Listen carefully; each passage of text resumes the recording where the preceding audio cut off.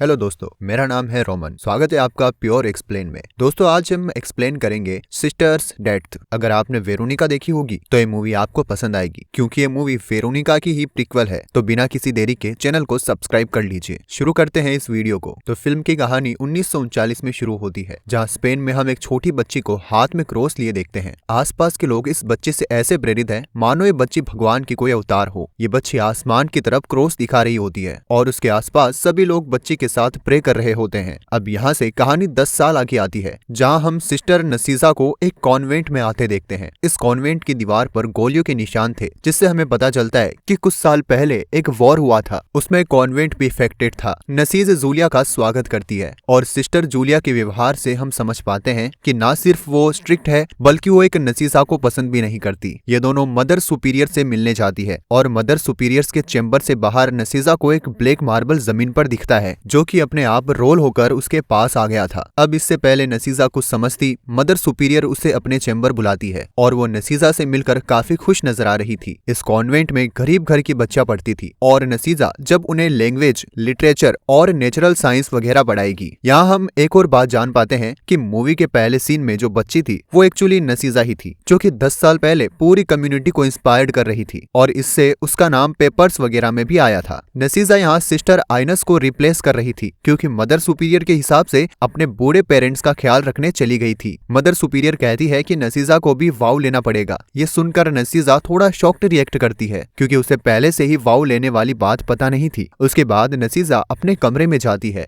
जहाँ उसे एक सिगार बॉक्स मिलता है। इस बॉक्स के अंदर कुछ लेटर्स थे, एक कैची और साथ में एक फोटो, जो कि किसी सिस्टर सोकोरो की थी। इसके बाद वह कमरे में नसीजा को कुछ असाधारण आवाज सुनाई देती है। साथ ही उनके कमरे का चेयर अपने आप गिर जाता है। कमरे के बाहर उन्हें दीवार पे हैगमैन की एक अधूरी हैंड ड्रॉन ड्राइंग भी दिखाई देती है। फिर इसके बाद हम नसीजा को एक लेटर्स मार्च में देखते हैं और मार्च के बाद वो कॉन्फ्रेंस बॉक्स में प्रीस्ट से कुछ बातें करती है। नसीजा बेसिकल अपने फेथ को क्वेश्चन कर रही थी, साथ ही वो अपने कुछ सुपर नेचुरल एबिलिटीज को लेकर इनसिक्योर भी थी। अब एबिलिटीज कुछ खतरनाक सुपर नेचुरल नहीं है, बल्कि कुछ ऐसी है जहाँ वो हाइपर पावर को फील कर पाती है, उनसे कनेक्ट कर पाती है। तभी तो वो बच्चों ने पूरी कम्युनिटी को इंस्पायर कर पाई थी। ये सब सुनकर प्रिस्ट कहते हैं कि मैं तुम्हें समझ सकता हूँ, लेकिन फिलहाल तुम अपना ध्यान इन कॉन्वेंट में लगाओ। तो इसके बाद नसीजा क्लास लेने जाती है, जहाँ वो बोर्ड पे अपना नाम लिख रही होती है कि एक रोजा नाम की बच्ची ने सुसु कर दिया था। नसीजा रोजा को क्लीन करके भेजती है और रोजा के पीछे उसकी बहन भी जाती है। क्लास के बाद नसीजा को मदर सुपीरियर एक एल्बम दिखा रही होती है, जिसमें कई सिस्टर्स की तस्वीरें थी, लेकिन इनमें से एक तस्वीर वाला स्लॉट खाली था। अब उस रात नसीजा को अपने कमरे में फिर से कुछ आवाज सुनाई देती है और बाहर देखने पर उसे वही मार्बल जमीन पर मिलता है। ये मार्बल रोल होने लगता है और इसका पीछा करते करते नसीजा एक्सेल में पहुंच जाती है, जहां कई रिलीजियस आइटम्स थे। यहाँ नसीजा को एक रेलिक मिलता है, जो सेंटा मार्टा का हैंड था, और वो रेलिक मदर सुपीरियर और सिस्टर जूलिया के पास लेकर जाती है। हमें पता चलता है कि ये रेलिक वॉर के बाद खो गया था, बट किसी तरह आज नसीजा को मिल गया है। जूलिया यहाँ शक्ल बना रही होती है, क्योंकि उसे नसीजा की इस तरह की अलौकिक शक्तियों में भरोसा नहीं था, साथ ही वो कुछ तो छुपा रही थी। खैर, इसके बाद हम नसीजा को एक नाइटमेयर में देख पाते हैं, जहाँ वो एक सिस्टर के साथ कुछ खा रही होती है, लेकिन एक्चुअली में वो एक पेपर ऑफ आई बॉल्स था। नसीजा नाइटमेयर में से जाग जाती है और वो काफी डरी हुई दिख रही थी। अब उस दिन नसीजा रोजा और उसकी बहन से बात कर रही होती है, जब हम नोटिस कर पाते हैं कि रोजा कुछ तो छुपा रही है। अब उसी रात प्रेयर के वक्त नसीजा को अपने हाथ में खून दिखता है और सामने वो एक सिस्टर को हवा में लिविटेट करते देखती है, लेकिन ऑफ कोर्स ये नसीजा का बस एक नाइट में विजन जैसा था, जिससे वो सिस्टर जूलिया के टोकने से बाहर आती है। खुद के प्रेयर के बाद नसीजा बच्चों को प्रेयर्स करवाने जाती है, जहाँ वो इन बच्चों के साथ थोड़ा डांस वगैरह भी करती है। फिर लाइट्स ऑफ होती है। अब देर रात तक बच्ची को वॉशरूम जाना होता है और वो अपने साथ रोजा को लेकर जाती है। वहाँ वॉशरूम में बच्चे को डर लग रहा था, इसीलिए वो रोजा से टैप ऑन करने को कहती है। अब रोजा ने टैप ऑन नहीं की थी, लेकिन एक बाद टब का टैप अपने आप ही ऑन हो गया था। हद तो तब हो गई जब टब में अपने आप पानी भर जाता है और उसमें रोजा के लंबे बाल का एक गुच्छा दिखता है। रोजा को वहाँ पर एक कैची भी मिलती है, जो कि सेम वही कैची थी जिसे हमने नसीजा के कमरे वाले सिगार बॉक्स में देखा था। फिर हम नसीजा को देखते हैं, जो खुद को पनिश कर रही होती है। तभी अचानक एक बच्ची जोर से चिल्लाती है और इससे बाकी बच्चा भी अभी उठ गई थी। नसीजा बच्चों के कमरे में पहुंचती है। उन्हें पता लगता है कि बच्ची इसलिए चिल्ला रही थी क्योंकि किसी ने इसके बाल काट लिए थे। तभी वहाँ सिस्टर जूलिया आती है, जो कि अपने साथ रोजा को लेकर आई थी, और यहाँ रोजा के हाथ में कैची और बाथटब वाला बाल था। इस सीन को देखकर ऐसा प्रतीत होता है मानो रोजा ने ही दूसरी बच्ची के बाल काटे हैं और इसके लिए सिस्टर जूलिया रोजा को थप्पड़ भी मारती है। रोजा बार बार कहना चाह रही थी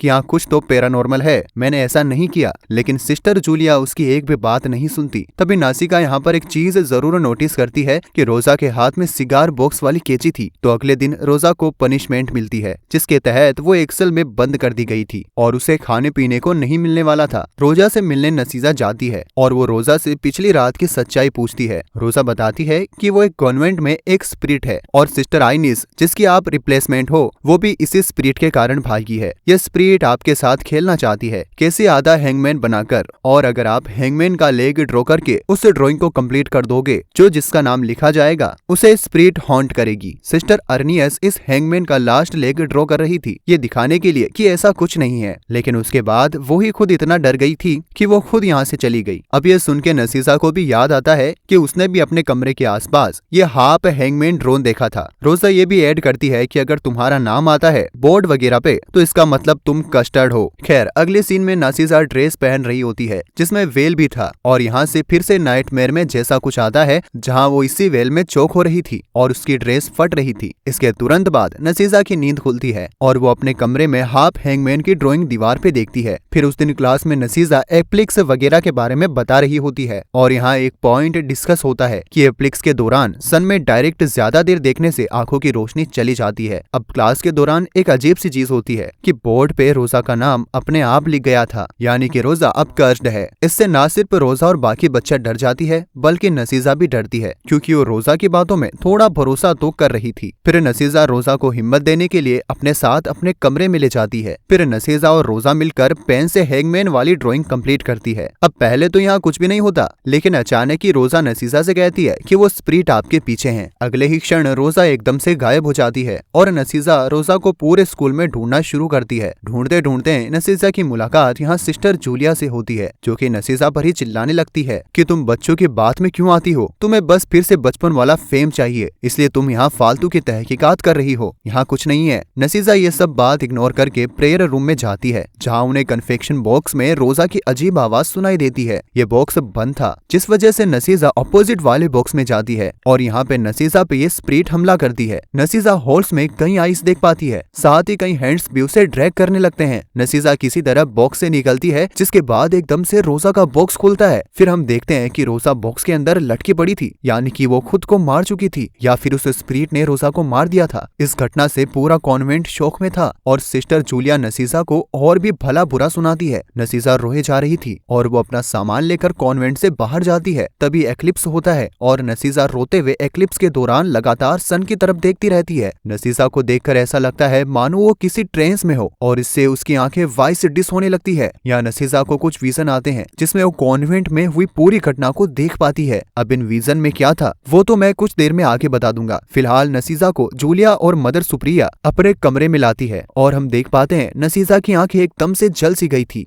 उनकी आंखों पर मरहम पट्टी की जाती है और उसके बाद नसीजा मदर सुपीरियर से सिगार बॉक्स लाने को कहती है। इसके अंदर सिस्टर सिकोरो की फोटो थी। इसको छूते ही नसीजा को और भी विजन आते हैं और अब उसे सब कुछ मालूम पड़ गया था। वो दरअसल कुछ सालों पहले वॉर के टाइम यहाँ कॉन्वेंट में कई लुटेरे और वॉर क्रिमिनल्स वगैरह आए थे और वो इस जगह को तहस नहस कर रहे थे। उनमें से एक बंदा सिस्टर्स सुकोरो के साथ जबरदस्ती कर रहा था। फिर लुटेरे एड क्रिमिनल्स वगैरह चले गए थे। अब उस घटना के परिणाम अनुसार सिस्टर्स सुकोरो प्रेग्नेंट हो जाती है और फिर उसको एक बेटी भी होती है, लेकिन ये कॉन्वेंट के लिए सीन जैसा था इसलिए मदर सुपीरियर सिक्रेसी में इस बच्चे को यहाँ पाल रही थी ताकि आउटसाइड वर्ल्ड्स को इस पूरे कांड के बारे में पता न चले। इस बच्ची को कॉन्वेंट से बाहर ले जाना अलाउड नहीं था। इनफैक्ट जब वो बच्ची बड़ी हो जाती है तो वो एक दिन बहुत ज्यादा बीमार पड़ गई। ऐसे में सुकोरो अपनी बेटी को अस्पताल ले जाना चाहती थी, लेकिन मदर सुपीरियर सिस्टर जूलिया और आइनिस मिलकर सुकोरो से उसकी बच्ची छीन लेती है। देन सुकोरो को कमरे में बंद कर देती है। ऐसे बच्ची का फीवर उतारने के लिए उसे पानी से भरे बाथटब में लेटाने लगती है। ये बच्ची छटपटा रही थी, अपनी मम्मी को पुकार रही थी और इसी धक्का मुक्की से बच्ची का सर टब के कॉर्नर से लग जाता है, जिसकी वजह से उस बच्ची की वहीं पर मृत्यु हो जाती है। जब सुकोरो को यह अंदाजा होता है कि उसकी बच्ची मारी गई है तो वो एक चेयर पे चढ़ती है और खुद को ही कमरे में मार लेती है। यही वजह है कि इस पूरी मूवी में आप इस चेयर को बार बार गिरते देखते हैं, क्योंकि वो सुकोरो की डेथ को सिग्निफाई कर रहा था। इस बात को सुनकर आप ये समझ गए होंगे कि ये जो कमरा है जिसमें फिलहाल नसीजा रह रही रही है वो सुकोरो का ही कमरा हुआ करता था। ये सब जानते ही नार्सी सुकोरो को स्पिरिट से कनेक्ट करने लगती है और वो एक दरवाजा खोलती है और नसीसा सुकोरो से स्पिरिट को आजाद कर देती है। फिर सुकोरो की स्पिरिट सिस्टर जूलिया और मदर सुपीरियर को मार डालती है। अब ये जो पूरा सीक्वेंस था